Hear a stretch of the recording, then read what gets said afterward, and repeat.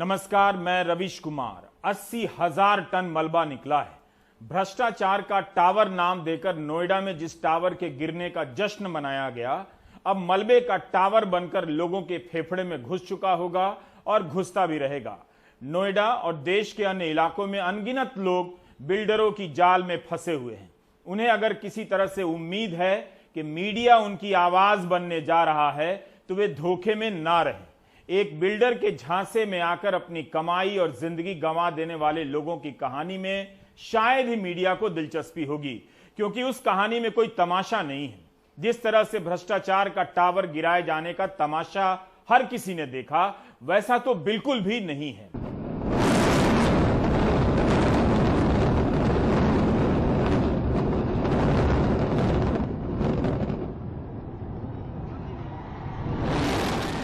यह इमारत भ्रष्टाचार का प्रतीक तो है ही। सवाल है कि इसके लिए सजा इमारत को मिल रही है या इसमें शामिल अधिकारियों को। सुप्रीम कोर्ट के कहने पर यूपी सरकार ने एसआईटी का गठन किया। एसआईटी की रिपोर्ट में नोएडा प्राधिकरण में उस दौरान 2014 से 2012 के बीच 24 अधिकारी, कर्मचारी और सुपरटेक प्रबंधन के पदाधिकारियों को आरोपी बनाया गया। हमारे सहयोगी अरविंद उत्तम का कहना है कि एफआईआर हुई है, 24 अधिकारी हैं और नोएडा प्राधिकरण के 2 पूर्व सीईओ भी। एक सीईओ का नाम है मोहिंदर सिंह और एक का नाम है एसके द्विवेदी। ये दोनों सेवानिवृत्त हो चुके हैं। आरपी अरोड़ा और पीएन बौथम अतिरिक्त सीईओ थे, इनके भी नाम एफआईआर में हैं। जिन लोगों के नाम एफआईआर में हैं उनमें से 2 की मौत हो चुकी है। 4 अधिकारियों को सस्पेंड भी किया गया है, लेकिन बाकी रिटायर हो चुके हैं।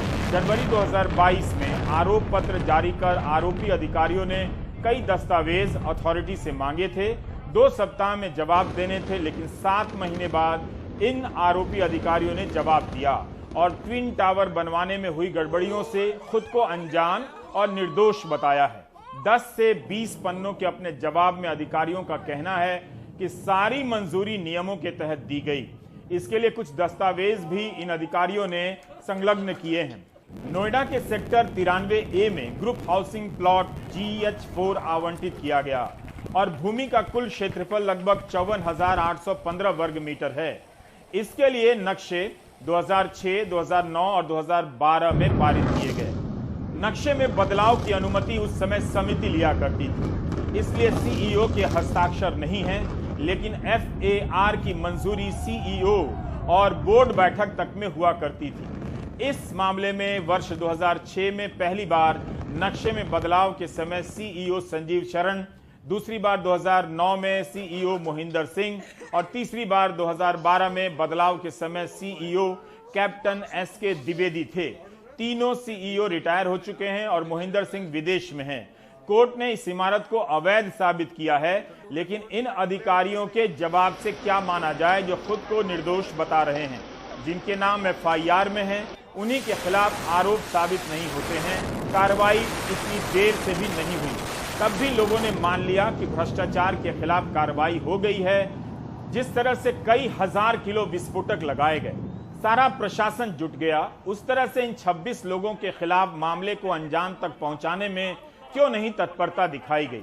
ऐसा लगता है कि एक इमारत को सजा दी गई है, जिनकी वजह से यह इमारत खड़ी हुई वो सजा से बच गए हैं।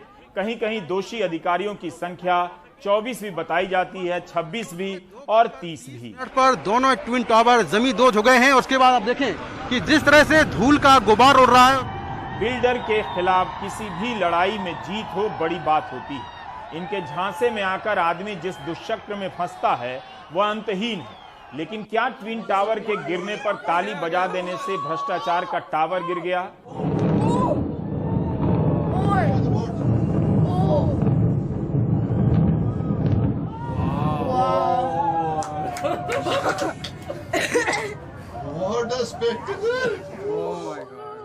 जो मीडिया कथित रूप से बजट की कमी के कारण उसी यूपी में आई बाढ़ और सूखे को कवर करने नहीं जाता है, किराए पर खुली ऑडी कार लेकर कवरेज करने लगा, या वो मिडिल क्लास है जिसे बिजली का मीटर लगाने से लेकर तरह तरह के कनेक्शन लेने पर रिश्वत देने की सच्चाई मालूम है। लेकिन फिलहाल इसने मान लिया कि भ्रष्टाचार खत्म हुआ, उसकी बड़ी जीत हुई है।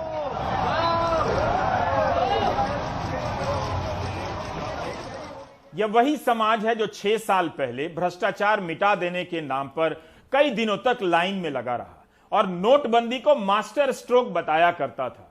इस समाज के बच्चों के स्कूल में पर्यावरण दिवस पर ड्राइंग कंपटीशन जरूर होते हैं, जिसमें नदी और पेड़ की तस्वीर बनाकर बच्चा पर्यावरण के प्रति जागरूक होने का गर्व माता पिता को सौंप देता है। 40 मंजिला इमारत जब बन रही थी तब भी पर्यावरण का नुकसान कर रही थी। अब इसे गिराकर नुकसान को और गहरा किया गया है। इसे रोकने के लिए कई लोगों ने बहुत सारे उपाय सुझाए। यहाँ ठंड के दिनों में गरीबों के लिए रात्रि आश्रय स्थल बन सकता था, सेना के शहीदों के परिवारों को दिया जा सकता था, विकलांगों को दिया जा सकता था, स्कूल से लेकर अस्पताल तक बनाए जा सकते थे। इसका इतना ही मतलब है कि समाज में अब भी कुछ लोग हैं जो सोच रहे हैं, जो समझते हैं कि भ्रष्टाचार की सजा के और भी तरीके हो सकते थे। मगर इस इमारत के गिरने पर ताली बजाने वालों ने साबित कर दिया कि जो लोग नोटबंदी के समय ताली बजा रहे थे वही थे जो कोरोना के समय बालकनी में आकर ताली बजा रहे थे, और वही लोग हैं जो इस इमारत के गिरने पर भ्रष्टाचार के मिट जाने के जश्न के रूप में ताली बजा रहे हैं। हो सकता है कि ये लोग भ्रष्टाचार के खिलाफ अपनी लड़ाई की जीत का जश्न मना रहे हैं। 12-13 साल कोर्ट में लड़ने वालों के संघर्ष को भी आप खारिज नहीं कर सकते। इस देश में बिल्डर के खिलाफ कोई भी जीत किसी जंग की जीत से कम नहीं। हो सकता है इस जश्न में वो खुशी शामिल रही हो। नोएडा से इलाहाबाद हाई कोर्ट जाना और फिर वहां से सुप्रीम कोर्ट, उनकी लड़ाई एक मंजिल पर पहुंची है। लेकिन जिस तरह से एक इमारत को गिराया गया है और पर्यावरण को नुकसान पहुंचाया गया है, उसकी भी चिंता होती तो अच्छा रहता। लेकिन ऐसे सवालों पर हमारा समाज कहां चिंतित होता है। वायु प्रदूषण का आंकड़ा देखकर एयर प्यूरिफायर खरीदने को पर्यावरण से लड़ना मानता है, लेकिन क्या जीत की इस खुशी में हम धरती का ज्यादा नुकसान नहीं कर गए? बहुत खुशी का अभाव है और क्या कहते हैं, सभी लोग जो हैं, जितने भी रेजिडेंट्स हैं, वो सब बहुत खुश हैं। सबसे बड़ा यह है कि सेफ डिमोलिशन हुआ है। पहली बात तो हमारी लड़ाई के ऊपर जो हम इस काम तक पहुंचे, उसके बाद में जो है सेफ डिमोलिशन हुआ, हमारी सोसाइटी को कुछ भी नहीं हुआ, इसलिए बहुत बहुत खुश हैं और उम्मीद करते हैं कि हर आदमी इसको जश्न मनाएगा और हम लोग भी जो है इसकी पार्टी करेंगे और जश्न मनाएंगे। कितनी मुश्किल थी लड़ाई? मुश्किल क्या, इम्पॉसिबल लड़ना था। ये तो भगवान की कृपा है, उन्होंने हमें शक्ति दी, हमें जज्बा दिया लड़ने का। अदरवाइज 10 साल इतने बड़े बिल्डर से कौन लड़ सकता है। ट्विन टावर ध्वस्त होने के बाद अभी क्या हाल है सोसाइटी का? कोई डैमेज तो हुआ है? डैमेज हुआ है या नहीं हुआ है? नहीं, ऑलरेडी बता दिया है, कुछ भी डैमेज नहीं है, 0% है। 4-5 ग्लासेस टूटे हैं, वो और 5-10 ग्लासेस का रिपोर्ट आएगा, वो रिप्लेस कर देंगे। एडिफिस उनको रिप्लेस करा रहा है, कोई प्रॉब्लम नहीं है, सब अरेंजमेंट कर दिए गए हैं। नोटबंदी के समय को याद रखिएगा, लोगों ने यकीन किया कि भ्रष्टाचार दूर होने वाला है, इसलिए लाइनों में लगे रहे। उसी तरह ट्विन टावर के ध्वस्त होने से जश्न मना रहे हैं कि भ्रष्टाचार का टावर ध्वस्त हो गया। यह जो मलबा नोएडा से हटेगा कहां जाएगा? 80,000 टन मलबा हटाने के लिए कितने हजार ट्रक चलेंगे? क्या वो इलेक्ट्रिक वाहन होंगे? 3 महीने में यहां से मलबा हटने की बात कही जा रही है। हटने के दौरान भी प्रदूषण फैलेगा। जिस शहर में नवंबर के महीने में हवा खराब होने पर कंस्ट्रक्शन पर रोक लगा दी जाती है, उस शहर में इमारत गिराकर इतना मलबा पैदा किया जिसे हटाने में 3 महीने का वक्त लगने वाला है। 80,000 टन मलबे का यह गुबार है। Central building research institute Roorkee के वैज्ञानिक कहते हैं 50,000 टन मलबा तो इन दोनों इमारतों के बेसमेंट में ही खप जाएगा। कंक्रीट का मलबा कहीं भी पड़ा रहे, उसका क्या असर होगा? उसके कण किस तरह उड़ते रहेंगे, फेफड़े में घुसते रहेंगे या अभी ही घुस चुके हों? ये सब वो सवाल हैं जिस पर चिंता की जा सकती है। लेकिन 30,000 टन मलबे को हटाने में 3 महीने तक 3,000 ट्रक चलाए जाएंगे। धूल के कण कहीं भी गायब नहीं होते। कार्बन वातावरण में ही रहता है, वो कहीं मिटता नहीं है, इसलिए कार्बन के उत्सर्जन को खतरनाक माना जाता है। ट्विन टावर को गिराने में 18 करोड़ रुपए खर्च हो गए और मलबा हटाने में भी 20 करोड़ का खर्चा बताया जा रहा है। ये जो वेस्ट है, ये टोटल सीएनडी वेस्ट जो है वो 80,000 टन का सीएनडी वेस्ट होगा। तो हम लोग ये आकलन किए कि जो साइट है उसमें 2 बेसमेंट था, करीब करीब 50,000 टन जो है वहीं पे अकोमोडेट हो जाएंगे। तो हमारे पास जो extra waste C and D waste available था, जिसको हम सही तरीके से इसका डिस्पोजल रीयूज ये करना था, वो था 30,000 टन। तो उसमें फाइनली हम लोगों का जो एनओसी लेके ये करके नोएडा अथॉरिटी के हेल्प से उनका एक सीएनडी वेस्ट मैनेजमेंट प्लांट है नोएडा के अंदर, तो वहाँ पे बातचीत किया गया। फिर वो कितना अकोमोडेट कर सकते हैं डेली बेसिस पे, तो उनका ये कहना था कि हम जो है 250 से 300 टन डेली बेसिस पे हम लेके प्रोसेसिंग करके उठा सकते हैं। तो फिर एक प्लान तैयार किया गया कि ये पोस्ट डिमोलिशन जो डिमोलिशन हो जाएगा 3 महीने में ये प्रोसेस को अंजाम दिया जाएगा। ये 50,000 टन जो कह रहे हैं सर कि वहीं यूज हो जाएगा, वो क्या यूज होगा उस जगह? वो यूज मतलब जो 2 बेसमेंट है वो बहुत बड़ा एरिया 5,600 कुछ स्क्वायर मीटर एरिया है, तो उसमें ऑब्जर्व हो जाएगा ग्राउंड लेवल अचीव करने के लिए, क्योंकि आप मान लीजिए जो गड्ढा है उसको भरने में यूज हो जाएगा। प्रदूषण को लेकर कोई बात हुई कानून को सर की प्रदूषण जो होगा उसको कैसे? यस, प्रदूषण हम बोले थे 15-20 मिनट का एक डस्ट क्लाउड होगा, उसके बाद जो डस्ट है वो डिस्पर्स कर जाएंगे। ठीक है, उसमें जो सस्पेंडेड पार्टिकल होते हैं उसका लेवल थोड़ा हाई आया होगा कुछ घंटे तक, और हम वो महसूस भी किए। हम हमारे जूते से देख सकते हैं किसी तरह का धूल ये आया था, बहुत धूल खाए हम। कुछ समय के लिए भी फेफड़े में सस्पेंडेड पार्टिकल घुस जाए तो क्या यह चिंता की बात नहीं है? क्या ऐसा कोई पैमाना है कि जो सस्पेंडेड पार्टिकल है वो कितने दिन या कितने घंटे तक घुसा रहेगा तभी फेफड़े पर असर करेगा? क्या आप कुछ समय के लिए प्रदूषित जगह पर जा सकते हैं?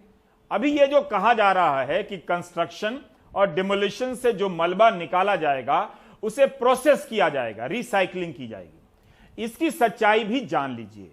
25 अगस्त 2020 को डाउन टू अर्थ में कंस्ट्रक्शन और डिमोलिशन के मलबे को लेकर एक रिपोर्ट छपी है। इस रास्ते से जितना भी मलबा पैदा होता है, भारत उसका केवल 1% रिसाइकिल करता है।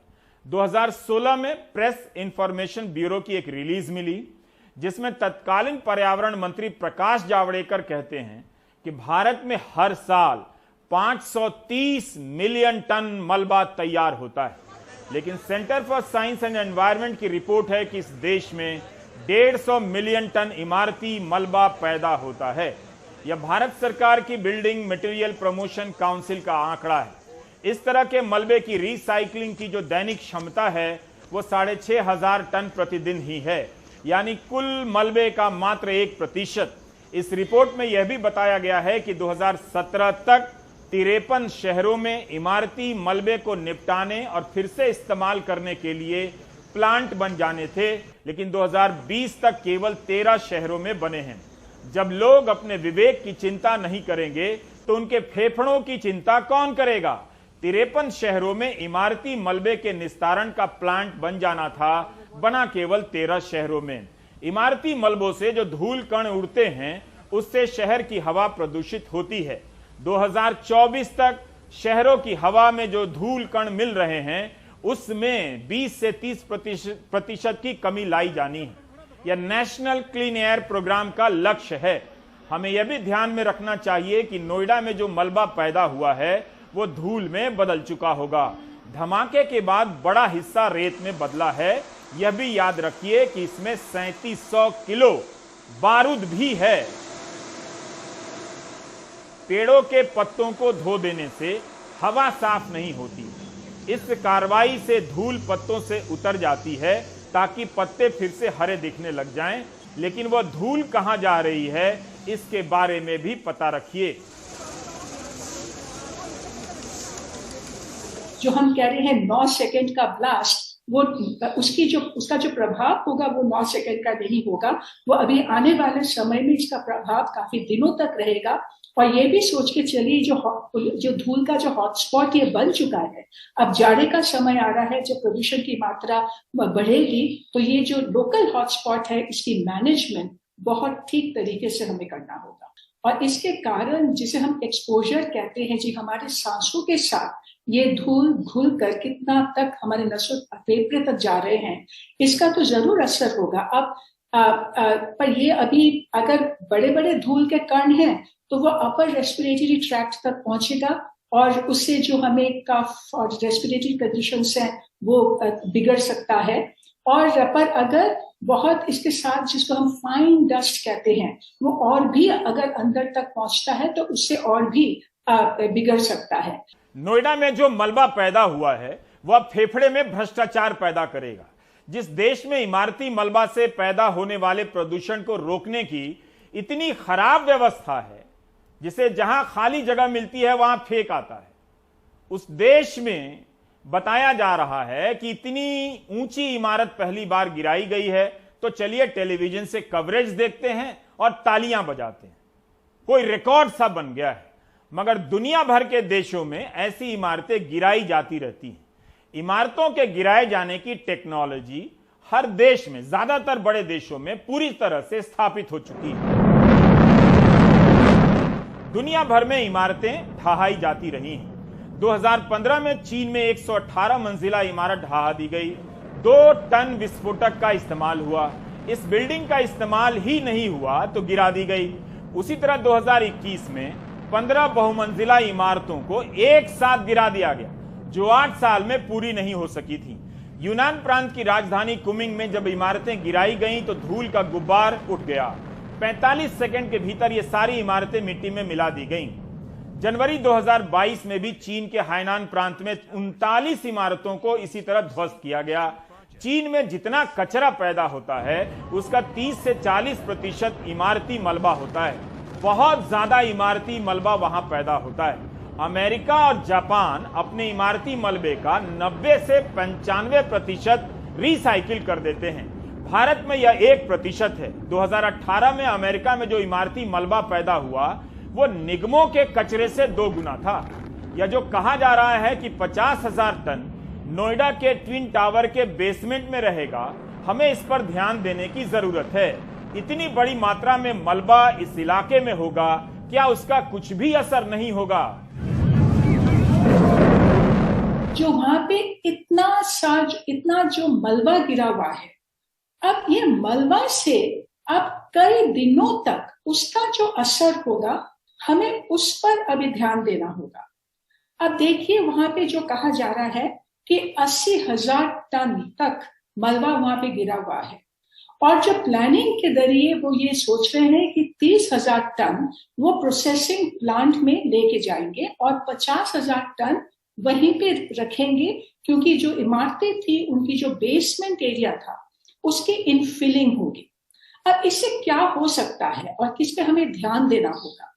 जब ये 30,000 टन को ट्रांसपोर्ट किया जाएगा तो उससे जो धूल उड़ेगी और विशेष करके जब लोडिंग और अनलोडिंग होगा तो हमें तब ध्यान देना होगा कि सेंट्रल पोल्यूशन कंट्रोल बोर्ड ने जिस तरीके के गाइडलाइंस बनाए हैं डस्ट को कंट्रोल करने के लिए वो बहुत सख्ती से अपनाया जाए। क्योंकि आप देखिए इधर तो इतना मलबा गिरा होगा, पर ये 30,000 टन आप और कहीं लेके जाएंगे वहां भी वो उसको स्टोर करके रखना होगा।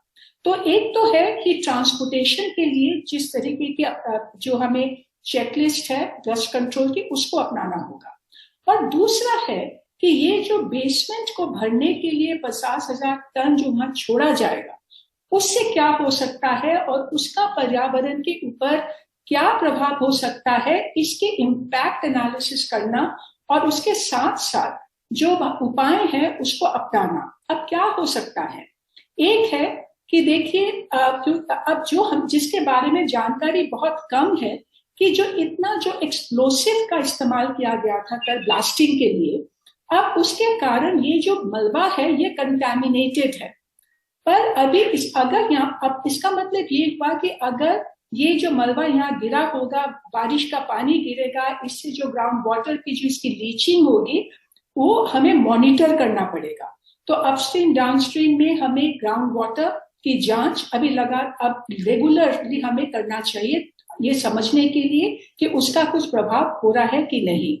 और दूसरी तरफ हमें ये भी ध्यान में देना होगा कि ये जो 50,000 टन है ये है कंक्रीट, और उसके साथ साथ इमारतें बनाने के लिए जो स्टील, आयरन, एल्यूमिनियम की जो इस्तेमाल किए जाते हैं वो भी गिरा हुआ है, और ये सारा मेटल को हमें वहां से निकाल के उसका फिर से इस्तेमाल करने के लिए, जो रीयूज करने के लिए, उसके लिए भी हमें सिस्टम्स बनाने पड़ेंगे। तो इसका मतलब हुआ कि ये वहां पर ही काफी कार्रवाई की जाएगी जहां पे जो टेम्परेरी सिस्टम्स बनाए जाएंगे कि किस तरीके से कंक्रीट और मेटल को वो अलग करेंगे। तो इसके लिए वहां पे कई डस्ट कंट्रोल के मेजर्स हमें अपनाने होंगे, जिसे हम कहते हैं विंड बैरियर, फिर स्प्रिंकलिंग ताकि धूल ना उड़े। कई तरीके के टेक्निक्स हैं ये इतनी जो बड़ी जो डंप साइट बनी है उसको कंट्रोल करने के लिए। और यहाँ पे क्योंकि ये बहुत बड़ा डंप साइट बन चुका है अभी, हमें देखना होगा कि एयर एक्ट और वाटर एक्ट के जरिए जो नियम कानून है, जो एनवायरमेंट एक्ट असेसमेंट के लिए जो नियमें बनाई गई हैं और जो भी रेगुलेटरी इश्यूज हैं उसको हम ठीक तरीके से इम्प्लीमेंट कर रहे हैं। बेशक इस तरह के वीडियो वायरल करने लायक होते हैं, लोग बिना सोचे समझे बार बार देखते हैं। देखते हुए क्या महसूस करते हैं पता नहीं। क्या उनके जहन में यह सवाल उठता होगा कितना मलबा अलग अलग लोगों के फेफड़े में घुसेगा तो क्या होगा? यह जो मलबा पैदा हो रहा है क्या उसे किसी तरह से रोका जा सकता था? परिमल ने नोएडा में उस जगह पर जाकर देखा जहां इमारती मलबे की रिसाइकलिंग होती है। पहले ट्रक को गीला अच्छे से किया जाएगा, जितना भी सीएनडी वेस्ट है प्रॉपर उसको गीला किया जाएगा ताकि उसमें से धूल ना उड़े उसको अनलोड करते हुए। ठीक है। उसके बाद ये हमारे आगे प्रोसेसिंग यूनिट में चला जाएगा जहां पर अलग अलग तरह के प्रोसेस करने के बाद मटेरियल निकलेगा। जो साइज इसका रहता है, हमें जो मटेरियल सीएनडी वेस्ट आएगा वो मिनिमम 200 mm का साइज रहेगा। उसके बाद हम उसको क्रश करके 10 mm, 20 mm, 40 mm और अब 40 mm में कन्वर्ट करके इसको सेल आउट कर देंगे। क्या क्या बनेगा उसका अगर mm के हिसाब से बताएं? हम मैन्युफैक्चरिंग सैंड और 10 mm, 20 mm को यूज करके पेवर ब्लॉक बना देंगे। उस पेवर ब्लॉक को हम ओपन मार्केट में सेल आउट कर देंगे। मतलब उसको मोटे तौर पर टाइल्स कह सकते हैं हम बोलचाल तो हम जो फुटपाथ में हमारी टाइलें लगी होती हैं वो वहां पर यूज होंगी, वो टाइल्स बनेगी हमारे यहाँ पर। और बाकी का मटेरियल हम रोड प्रोजेक्ट्स में यूज करते हैं एज ए जीएसबी। और जो रोड्स बनती हैं, ड्रेनेज बनती हैं, फुटपाथ बनते हैं, उनके लेइंग प्रोजेक्ट्स में ये काम यूज होता है मटेरियल। जितना भी पीसीसी का वर्क होता है सब रिसाइकल मटेरियल से हम यूज कर सकते हैं। अच्छा, हमने देखा कि मशीन में जो है वो ये भी किया गया था कि अलग अलग तरीके से उसमें कचरा निकालने का भी काम मैनुअली भी हो रहा था और कुछ चीजें टेक्नोलॉजी के दम पे भी की जा रही है। जो सीएनडी वेस्ट आता है वो बेसिकली मिक्स आता है। घरों से जो सीएनडी वेस्ट होता है वो मिक्स होता है, उसमें वुड होती है, प्लास्टिक होता है, आयरन होता है, स्टील होता है। तो इस तरह की चीज़ों को हम मैनुअली सेग्रीगेट करने के बाद इसको प्लांट प्रोसेसिंग यूनिट में ले जाते हैं। प्लांट पूरी तरह वेट वेस्ट टेक्नोलॉजी पर बेस्ड है और इसमें हम फॉग गन लगाया हुआ है जो कि धूल को मिनिमाइज कर देता है। दिल्ली विश्वविद्यालय में इस साल की प्रवेश परीक्षा पूरी नहीं हुई है। जुलाई और अगस्त का महीना ऐसे ही गुजरने जा रहा है, सितंबर भी चला जाएगा। नामांकन की प्रक्रिया पूरी नहीं होगी तब तक और पढ़ाई भी शुरू नहीं होगी। ऐसा नहीं है कि युवा समझ नहीं रहे हैं। जो विदेश जा सकते हैं वे अब विदेश जाने के लिए 9वीं क्लास से ही तैयारी करने लग गए हैं। विदेश जाकर स्नातक की पढ़ाई करने वाले छात्रों की संख्या लगातार बढ़ती जा रही है। ये वो छात्र हैं जो विदेश जाने के चक्कर में विदेश नहीं जा रहे, बल्कि वाकई समझ गए हैं कि यहां पढ़ाई का स्तर रसातल में जा रहा है। यहां अब आपको क्या क्या पढ़ना पड़ेगा उसका अंदाजा नहीं। अंडमान निकोबार का सेलुलर जेल है, यहां से परिंदा भी बाहर नहीं जा सकता। जिसे यहां कैद मिली उसने जीवन का दूसरा सूरज नहीं देखा।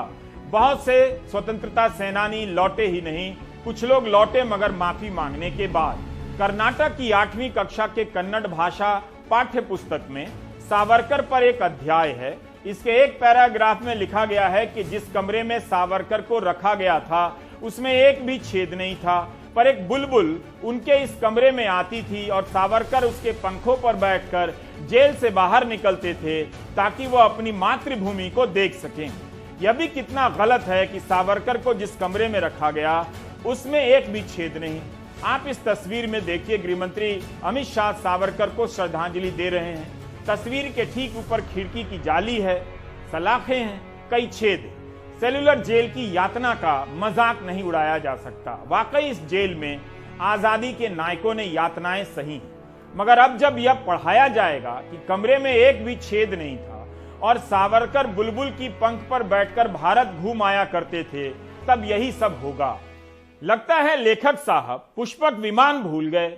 इससे हमें यह भी पता चलता है कि लोग बुलबुल की पंख पर उड़ा करते थे।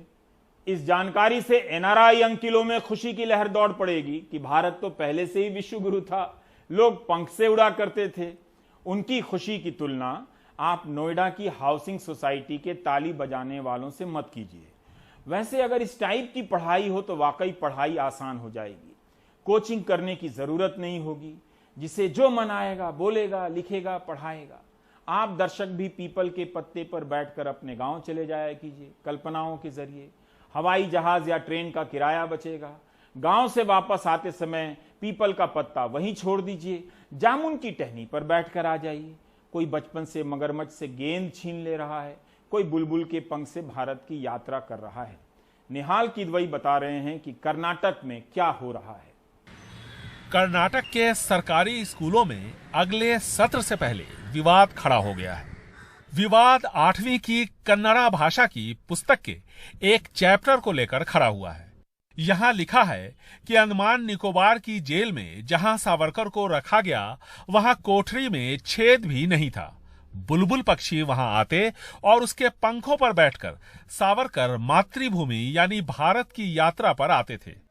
बीजेपी के मुताबिक बेवजह विवाद खड़ा किया जा रहा है। ये लेखक के कल्पना की उड़ान है। सावरकर भारतीयों से मनोवैज्ञानिक तरीके से जुड़े थे। सावरकर जी कवि थे, उनका भावना प्रकट किए बुलबुल पक्षी के साथ, उन्हें भावना प्रकट किए, उन्हें भारतीयों के साथ संपर्क साधन किए भावना के वजह से। ये साइंटिफिक नहीं है, ये मनोविज्ञान के जैसे आप सोच सकता है।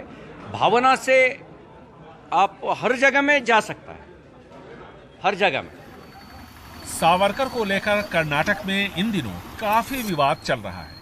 कहीं सावरकर के पोस्टर हटाए गए तो कहीं इसको लेकर सांप्रदायिक तनाव बढ़ा। अब बुलबुल पर बैठकर उड़ने का विवाद। जिन लोगों ने ये पाठ्यक्रम तैयार किया है, उनके मुताबिक बुलबुल पर बैठकर मातृभूमि यात्रा अपनी बात कहने का एक तरीका है। See, it is all a bogus history. They are just trying to create some nonsense. ये गलत इतिहास पढ़ा रहे हैं। ये लोग इतिहास बदलना चाहते हैं। ये नागपुर एजुकेशन पॉलिसी है, न्यू एजुकेशन पॉलिसी नहीं है। मुझे पूरा भरोसा है कि जनता हमें सत्ता में लाएगी, तब हम इस तरह की अवैज्ञानिक चीजों को खत्म कर देंगे। कर्नाटक में बीजेपी सत्ता में लिंगायतों की वजह से आई। आज लिंगायत यहाँ गुटों में बटे हुए हैं।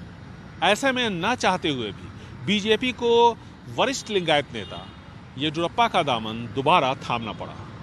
महंगाई और बेरोजगारी अपनी जगह है। ऐसे में बीजेपी यहाँ उन तमाम मुद्दों को आजमा रही है जिसमें सावरकर भी शामिल हैं, जिसके जरिए विधानसभा चुनावों में उनकी नैया पार लग सके। बेंगलुरु से कैमरामैन गोविंद मूर्ति के साथ निहाल किदवई, एनडीटीवी इंडिया। रोटी फिल्म का एक गाना है, 1974 की फिल्म है। नाच मेरी बुलबुल पैसा मिलेगा, कहां कदरदान हमें ऐसा मिलेगा। ऐसी जनता जब मिल जाए तब बुलबुल को नाचने की भी जरूरत नहीं। बहुत से दर्शकों को पता नहीं बुलबुल किस चिड़िया का नाम है, लेकिन हम बता देते हैं कि बुलबुल की पंख से उड़ने के चक्कर में बुलबुल का शिकार मत कीजिएगा। ये कानूनन अपराध भी है और इंसानियत के खिलाफ भी। भारत घूमने के बहुत सारे इंतजाम कर दिए गए हैं। पैदल के अलावा सड़क है, रेल है और विमान। बुलबुल का चहकना गाने के समान माना गया है, लेकिन उसकी लंबाई तो बहुत छोटी होती है। बुलबुल कोई हाथी के आकार का पक्षी नहीं है। इसकी लंबाई कम से कम 13 सेंटीमीटर होती है मात्र, बहुत से बहुत 29 सेंटीमीटर। इतनी छोटी चिड़िया के पंख अजगर जितने लंबे तो नहीं होते होंगे कि कोई गद्दा तकिया बिछाकर विमान बना ले। गर्दन भी बहुत छोटी होती है, पूंछ लंबी होती है, मगर किताब में नहीं लिखा है कि पूंछ पकड़कर जाते थे। सावरकर बुलबुल के पंख पर ही बैठकर अंडमान से भारत भ्रमण पर जाते थे। भारत में किस जगह जाते थे इसका जिक्र नहीं है। पंख ब्रेक लेते थे या नहीं, या लगातार ही उड़ते रहते थे, इसका भी जिक्र नहीं। कहीं ऐसा तो नहीं कि उन्हें पंख पर उड़ता देख गांव-गांव में बच्चे दौड़ने लग जाते थे। अब इस देश में कुछ भी हो सकता है। दुनिया भर में बुलबुल की 150 प्रजातियां हैं। अफ्रीका, मध्य पूर्व से लेकर इंडोनेशिया तक में बुलबुल पक्षी मिलती है। यह सब इंटरनेट से जानकारी ली गई है। सावरकर का मामला सीरियस हो जाता है। अभी तक उनकी माफी पर ही झगड़ा होता था कि सच्चे वीर हैं या माफी वीर हैं, लेकिन बुलबुल का पंख आ गया है। गांधी जी के बारे में कन्फर्म है कि वे किसी बुलबुल की पंख पर बैठकर भारत का भ्रमण नहीं कर सके। गांधी फिल्म में भी उन्हें ट्रेन से भारत का भ्रमण करते हुए दिखाया गया है। मैं भी बुलबुल के पंख से आपके घर प्राइम टाइम भेज दिया करूंगा। आप खिड़की पर बैठकर बुलबुल के आने का इंतजार कीजिएगा। इस देश में टेंशन की कमी नहीं है। हर दिन एक नया टेंशन आ जाता है। मुंबई से एक ऐसा ही टेंशन आया है जिसके बारे में तो किसी ने सोचा ही नहीं था। अभी तक दशहरा के दिन शिवाजी मैदान में शिवसेना प्रमुख बाला साहब ठाकरे और उनके बाद उद्धव ठाकरे भाषण दिया करते थे। सुनील सिंह बता रहे हैं कि एकनाथ शिंदे की भी नजर दशहरा मैदान पर पड़ गई है। इस बार दशहरा रैली के लिए शिवसेना को शिवाजी पार्क मिलना मुश्किल नजर आ रहा है। दादर में शिवाजी पार्क और शिवाजी पार्क में शिवसेना की दशहरा रैली का पार्टी में एक अहम स्थान है। शिवसेना 56 साल से शिवाजी पार्क पर दशहरा रैली करती आ रही है, लेकिन इस बार राज्य सरकार और बीएमसी में सत्ता नहीं होने की वजह से मामला गड़बड़ लग रहा है। खबर है कि शिवसेना का एकनाथ शिंदे गुट खुद शिवाजी पार्क पर दशहरा रैली कर शिवसेना को एक और बड़ा झटका देने की कोशिश में है। आज तक तो ऐसी कोई बात नहीं हुई है, लेकिन बाला साहब के विचारों पे चलना है। जो परंपराएं उन्होंने चालू की थी, उन परंपराओं को कायम रखना है। ये भी शिवसेना होने की वजह से उनकी जिम्मेदारी है और वो इस जिम्मेदारी से परे नहीं हटेंगे। 2 साल दशहरा नहीं हो पाया कोरोना की वजह से, दशहरा रैली नहीं हो पाई यहाँ पर कोरोना की वजह से। लेकिन इस बार जिस तरह से एकनाथ शिंदे गुट ने बगावत करके उद्धव ठाकरे से मुख्यमंत्री की कुर्सी छीनी, उसके बाद जो है कि शिवसेना को एक अच्छा मौका है यहाँ पर बड़ी दशहरा रैली करके अपनी ताकत दिखाने का और अपनी पार्टी में फिर से नई जान फूंकने का। पर यही एक समस्या हो गई है। शिवसेना की तरफ से बीएमसी में इस मैदान के लिए पत्र तो दे दिया गया है, लेकिन अभी तक बीएमसी ने उसे इजाज़त नहीं दी है। इससे एक नया कयास पैदा हो गया है और कयास ये लगाया जा रहा है कि एकनाथ शिंदे गुट भी यहाँ पर अपनी रैली करके दशहरा के दिन अपनी ताकत दिखाना चाह रहा है। इसीलिए अब ये सवाल पैदा हो गया है कि आखिर इस शिवाजी पार्क पर रैली, दशहरा रैली होगी तो किसकी होगी। लेकिन इस बार अर्जी देने के बाद भी बीएमसी ने अब तक शिवसेना को दशहरा रैली की इजाजत नहीं दी है।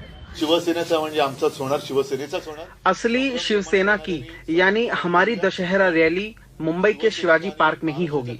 राज्य भर से शिवसैनिक इस रैली के लिए पहुंचेंगे। सरकार अनुमति देगी नहीं देगी ये तकनीकी बातें हैं। हम नहीं जानते कोई रैली कर रहा है या नहीं कर रहा, हमें कोई फर्क नहीं पड़ता। दसऱ्याला होणार, शिवतीर्थावरतीच होणार।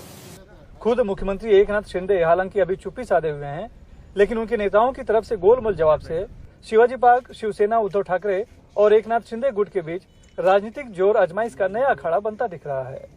शिवाजी पार्क पे दशहरा रैली पर कब्जा करके अगर वो ये साबित कर देते हैं कि सबसे ज्यादा शिवसैनिक हमारी रैली में थे, तो आगे चल के जो हमारा जो दल बदल कानून है उसमें सबसे बड़ी यही बात कही गई है कि पार्टी का जब विघटन हो जाता है तो वो मूल रूप से होना चाहिए।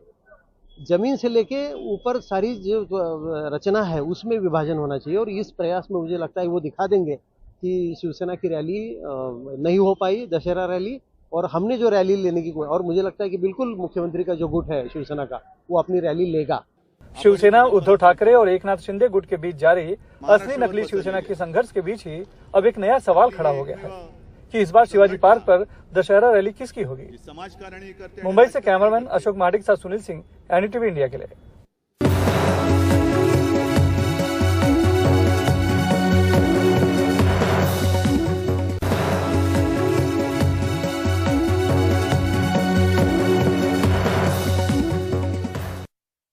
दिल्ली में कथित रूप से शराब घोटाले का विमर्श पीछे चला गया है, उसकी जगह दूसरे मुद्दों ने ले ली है।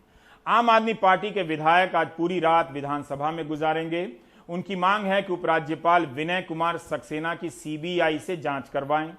आम आदमी पार्टी के विधायक दुर्गेश पाठक ने दिल्ली के उपराज्यपाल विनय कुमार सक्सेना पर आरोप लगाया कि जब वो खादी ग्रामोद्योग आयोग के चेयरमैन थे तो उस दौरान नोटबंदी के समय कथित रूप से 500 से लेकर 1000 के नोट बड़ी संख्या में बदली किए गए, ब्लैक को व्हाइट किया गया। बीजेपी कहती है कि आम आदमी पार्टी सरकार ने एक्साइज के साथ साथ क्लासरूम घोटाला किया है। उपराज्यपाल ने मुख्यमंत्री की 47 फाइलें इसलिए लौटा दी क्योंकि मुख्यमंत्री के हस्ताक्षर नहीं थे। इन सबसे ध्यान हटाने के लिए आम आदमी पार्टी ऐसे बेमतलब के आरोप लगा रही है। एलजी साहब इस्तीफा दो, इस्तीफा दो, इस्तीफा दो। एलजी साहब इस्तीफा दो, इस्तीफा दो, इस्तीफा दो। दिल्ली विधानसभा में सदन के अंदर आम आदमी पार्टी विधायकों का धरना। आम आदमी पार्टी विधायकों ने सोमवार की रात विधानसभा में ही रुकने का फैसला किया है। मांग है कि दिल्ली के उपराज्यपाल विनय कुमार सक्सेना की सीबीआई जांच हो और वो इस्तीफा दें। आम आदमी पार्टी ने उपराज्यपाल विनय सक्सेना पर आरोप लगाया है कि जब वो खादी ग्राम उद्योग आयोग के अध्यक्ष थे तब नोटबंदी के दौरान उनके नीचे 500 1000 के नोट बड़े पैमाने पर बदले गए और काले धन को व्हाइट किया गया। खादी ग्रामोद्योग के अंदर काम करने वाले 2 कैशियर जो हेड कैशियर के रूप में काम करते थे, उन्होंने बाकायदा स्टेटमेंट दिया है।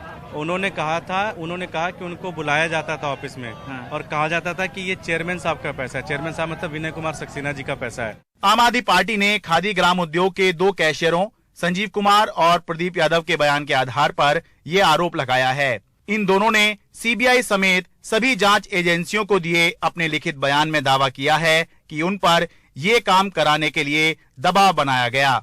उन्हें अफसरों ने कहा कि ये सब चेयरमैन साहब का है, इसलिए चिंता की कोई बात नहीं है।